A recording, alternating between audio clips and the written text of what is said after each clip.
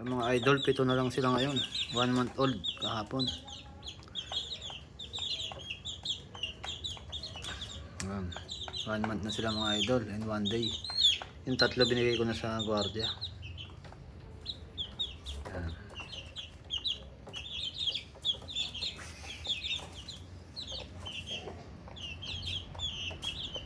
Kaya natira sa atin dyan na 3 lalaki, 4 na babae. Ang lalaki yung mga lods, saka yun dun sa dulo yung malabo.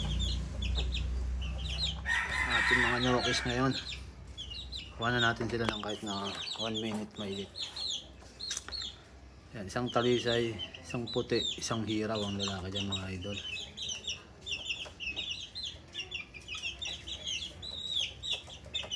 Yan, yan yung lalaki mga idol, lumapit.